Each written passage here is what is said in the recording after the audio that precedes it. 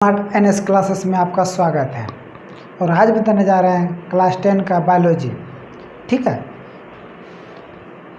तो देखिए question board पे दिया गया है। प्रकाश संश्लेषण किसे कहते हैं? क्या कहते हैं? प्रकाश संश्लेषण किसे कहते हैं? तो डिफिनेशन देखिए दिया हुआ है। इस क्रिया द्वारा पौधे कार्बनिक भोजन प्राप्त करते हैं उसे प्रकाश संश्लेषण कहते हैं। यानी जिस क्रिया द्वारा पौधे जो है कार्बनिक भोजन को जो प्राप्त करते हैं उससे प्रकाश संश्लेषण कहते हैं। ठीक है, डिफिनेशन देखिए बहुत छोटा है, एक बार पढ़ लीजिए तो याद हो जाएंगे। जिस क्रिया द्वारा पौधे कार्बनिक भोजन प्राप्त करते हैं उसे प्रकाश संश्लेषण कहते हैं। ठीक है, तो जो भोजन पौधा जो है प्रकाश से जो प्राप्त करते हैं यानी सौर ऊर्जा से, तो वह एक कार्बनिक भोजन उसको प्राप्त करते हैं, वह कार्बनिक पदार्थ से, इसलिए उसे प्रकाश संश्लेषण कहते हैं। क्योंकि वह प्रकाश से ही प्राप्त होता है, इसलिए उसे कार्बनिक भोजन कहते हैं। यानी कार्बनिक भोजन कहाँ से निर्माण होता है और वो कार्बनिक भोजन कहाँ से निर्माण होता है इसके बारे में आप देखिए। ठीक है, तो कार्बनिक भोजन है, कार्बनिक भोजन जो है पौधे जो भोजन स्वयं निर्माण करता है, पौधा जो भोजन है स्वयं जो निर्माण करता है वह कार्बनिक भोजन होते हैं। वो कार्बनिक भोजन देखिए, पौधे जड़ों द्वारा मिट्टी से जो भोजन प्राप्त करते हैं, यानी पौधा जो होता है जड़ से, जड़ जो तना जो होता है नीचे मिट्टी के अंदर में जो रहता है उससे जो भोजन प्राप्त करते हैं उसे अकार्बनिक भोजन कहते हैं। क्या कहते हैं? अकार्बनिक भोजन कहते हैं। पौधे जड़ों द्वारा मिट्टी से भोजन प्राप्त करते हैं, यानी वो कार्बनिक भोजन है। ठीक है, अब देखिए नेक्स्ट क्वेश्चन कहता है प्रकाश संश्लेषण के लिए आवश्यक कच्ची सामग्री कहाँ से प्राप्त करते हैं? प्रकाश संश्लेषण जो है वो कच्ची सामग्री जो है वो कहाँ से प्राप्त करते हैं? ठीक है, इसके बारे में बताना। प्रकाश संश्लेषण जो है वो कच्ची सामग्री, पौधे कच्चे सामग्री निम्नलिखित 4 वस्तुओं से प्राप्त करते हैं। यानी प्रकाश संश्लेषण के लिए जो कच्ची सामग्री जो होते हैं वो कहाँ से प्राप्त करते हैं? तो वो प्रकाश संश्लेषण के लिए निम्न कच्ची सामग्री 4 वस्तुओं से प्राप्त करते हैं। अब देखिए 4 वस्तुओं कौन कौन सा है उसके बारे में देखिए। पहला फर्स्ट नंबर देखिए जल, पहला वस्तु क्या हुआ? जल। पहला वस्तु क्या हुआ? जल। जल यानी पौधे इस भूमि से जड़ों द्वारा प्राप्त करते हैं। यानी जल जो है ये पौधा भूमि से जड़ द्वारा प्राप्त करते हैं। किससे करता है? जड़ों के द्वारा। सेकेंड नंबर देखिए कार्बन डाइऑक्साइड यानी CO2, यानी कार्बन डाइऑक्साइड ये कहाँ से प्राप्त करते हैं? पौधे इस वायुमंडल से प्राप्त करते हैं। यानी कार्बन डाइऑक्साइड जो है ये पौधा कहाँ से प्राप्त करता है? वायुमंडल से। कहाँ से?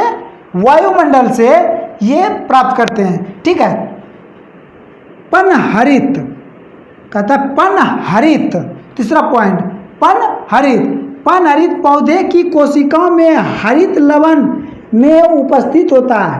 यानी पनहरित जो है पौधा का जो कोशिका होता है उसमें लवक में उपस्थित रहता है।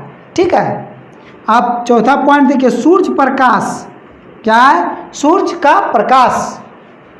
पौधे इसे सूर्य के प्रकाश से फोटोन ऊर्जा कणों के रूप में प्राप्त करता है। फोटोन ऊर्जा जो होता है वह सूर्य के प्रकाश में, वो सूर्य का प्रकाश से वो फोटोन ऊर्जा कणों के रूप में प्राप्त करता है। ठीक है, अब देखिए 4 पॉइंट आपको ये बता दिए ना प्रकाश संश्लेषण के लिए कच्चे सामग्री का। और यहाँ फर्स्ट नंबर क्वेश्चन है प्रकाश संश्लेषण किसे कहते हैं? ठीक है, आपको क्वेश्चन दोनों का आंसर किया, इसका स्क्रीनशॉट ले लीजिए। ठीक है, ठीक है, तो क्या कहता है? रंध्र छेद। क्या क्वेश्चन? रंध्र छेद किसे कहते हैं, कह भी सकते हैं, लिख भी सकते हैं, कोई दिक्कत नहीं है, न भी लिखे कोई दिक्कत नहीं है। ठीक है, रंध्र छेद किसे कहते हैं, नहीं रंध्र छेद क्या है, मेरे तो क्वेश्चन ही आ रहा है। तो देखिए, पत्तियों के सतह पर छोटे छोटे छेद होते हैं, उसे ही रंध्र छेद कहते हैं। उसको क्या कहते हैं हम, रंध्र का छेद कहते हैं। पत्ती जो होता है, पत्ती पौधे का जो पत्ती होता है, देखिए यहाँ इस तरह होता है, इसमें जो छोटा छोटा जो छेद होता है, इसी को रंध्र का छेद कहा जाता है। ठीक है, सो क्या कहा जाता है, रंध्र का छेद, क्या कहते हैं उसको, रंध्र छेद कहते हैं। यानी पत्तियों के सतह पर छोटे छोटे छेद होते हैं, उससे ही रंध्र छेद कहते हैं। ठीक है, अब देखिए ये जो है, ये रंध्र का क्षेत्र, ये है क्या है, रंध्र छेद है। ठीक है, और ये जो है कोशिका है, द्वार कोशिका, क्या है, ये बिंदा की तरह रहता है इस तरह में, ये द्वार कोशिका है। ठीक है, ये द्वार कोशिका जो है, ये रंध्र के घेरने वाली कोशिका होता है। क्या होता है, ये रंध्र जो होता है, ये रंध्र इसको घेरने वाला काम करता है कोशिका को।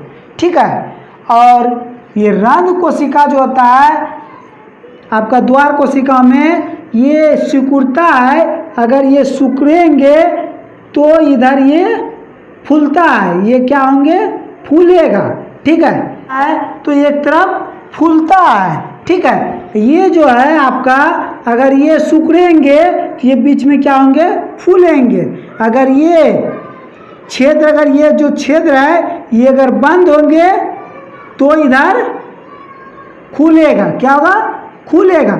मतलब ये जो है सिकुड़ना और खुलना, फूलता है, सिकुड़ेगा एक और तो एक और फूलेगा, एक बंद होगा छेद तो एक खुलता है। ठीक है, उसी से ये बीच वाला जो है रंध्र का छेद जो है, ये रंध्र छेद जो है बीच में पाया जाता है, रंध्र छेद।